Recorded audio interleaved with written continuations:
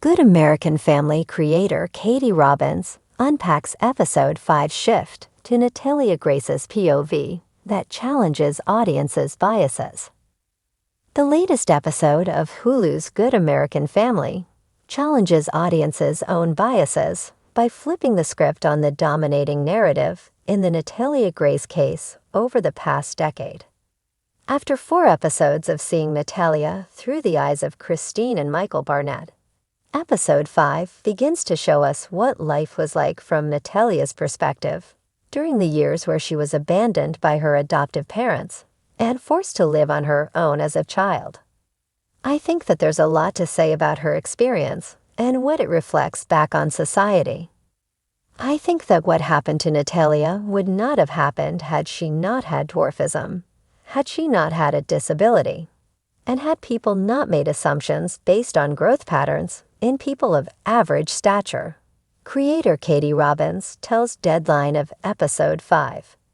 Natalia's experience is so at odds with everything that the Barnetts have alleged about her that it brings up a whole host of questions about how and why their narrative prevailed above her own, and why they levied any of those accusations in the first place. Those answers will become more clear as the series progresses, teases Robbins.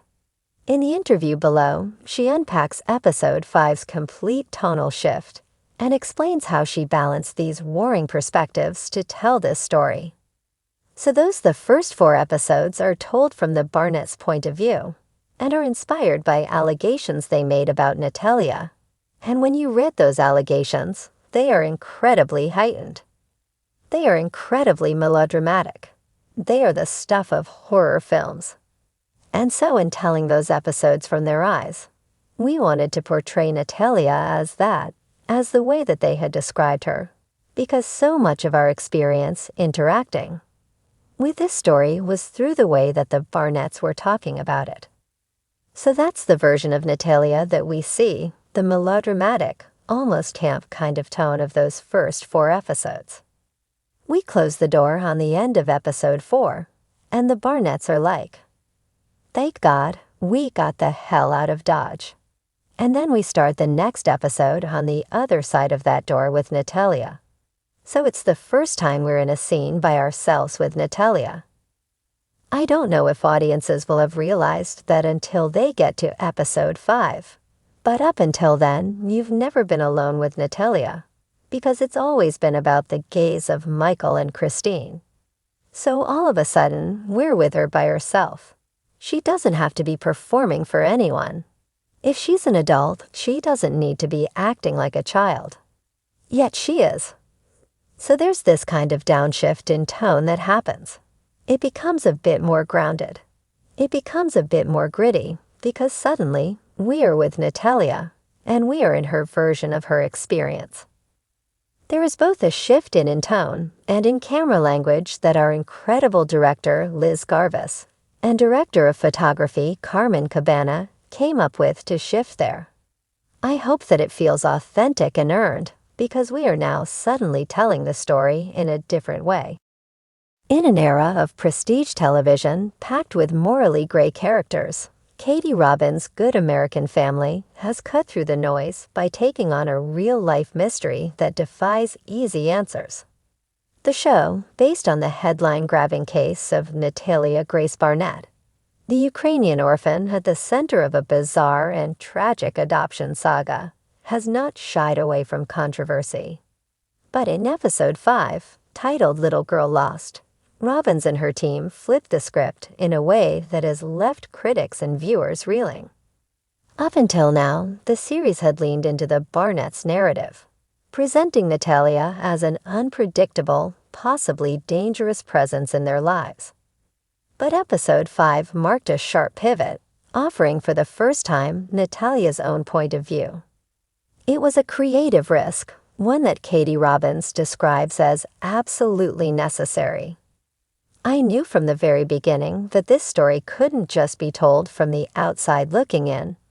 Robbins tells us, speaking from the Los Angeles editing bay where the final episodes are being polished.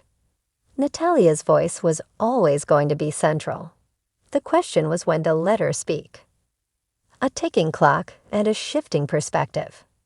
In earlier episodes, audiences were led through the suburban nightmare experienced by Michael and Christine Barnett, as they claimed to discover that their adopted 6-year-old wasn't a child at all, but an adult woman posing as one. It was the stuff of tabloid fever dreams.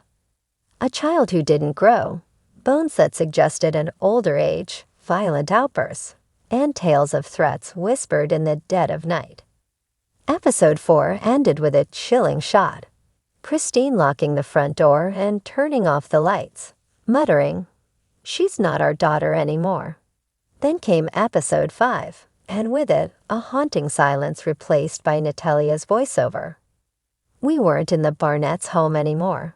We were in Natalia's memories, her fragments of confusion and longing, fear and isolation. People didn't realize they were being asked to take sides in the first 4 episodes, Robbins says. They were just reacting, instinctively, viscerally, to the horror of the unknown. But Episode 5 challenges all of that. It demands that viewers sit with the discomfort of not knowing who to believe. Natalia's voice, fictionalized but rooted in research to build out Natalia's interior world. Robbins worked closely with child psychologists, trauma experts, and legal consultants who had studied the real case. Actress Tatiana Karpenko, who portrays Natalia with uncanny restraint and eerie poise, was given access to transcripts, case notes, and journals from children in similar foster care situations. "I didn't want Natalia to be a caricature," Karpenko explains. "She's been made out to be a monster, a manipulator, even a mythical creature. But in her heart, I think she's just a kid who wanted to belong to someone." One of the episode's most jarring sequences shows young Natalia peering through the keyhole of a locked bedroom as Christine and Michael argue about her in hushed tones. In a whisper that nearly breaks the fourth wall, Natalia wonders, "If I scream, will anyone believe me?" The audience, having absorbed 4 episodes of damning imagery and escalating tension, suddenly finds themselves complicit. Robbins acknowledges this was intentional. That line, "Will anyone believe me?" That's not just Natalia asking. That's every marginalized voice in America trying to pierce through the static of public opinion. A mirror to our biases. Since the show's premiere, Good American Family has invited comparisons to The Act, Sharp Objects, and The Staircase. But Episode 5 signals a new direction, one that veers away from sensationalism and toward a commentary on bias, media influence, and the uncomfortable elasticity of truth. There's something about a little girl in trouble that America can't resist, Robbins notes.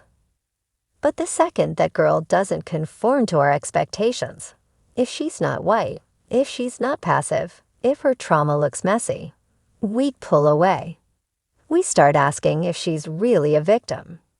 Indeed, the character of Natalia is visually coded to make audiences squirm. Her face is unreadable. Her movements are stiff. Her voice at times feels oddly mature. But in Episode 5, Robbins and director Ava Guerra let the camera linger on Natalia playing with an old doll, on her writing letters to imaginary parents, on her trying, failing, and trying again to make herself small and quiet enough to be loved. One of the most powerful scenes shows Natalia, left alone in an apartment at the age of 9 or 22, depending on which account you believe, lighting a birthday candle in a cupcake and singing softly yourself. The camera doesn't cut away, forcing viewers to sit with their discomfort.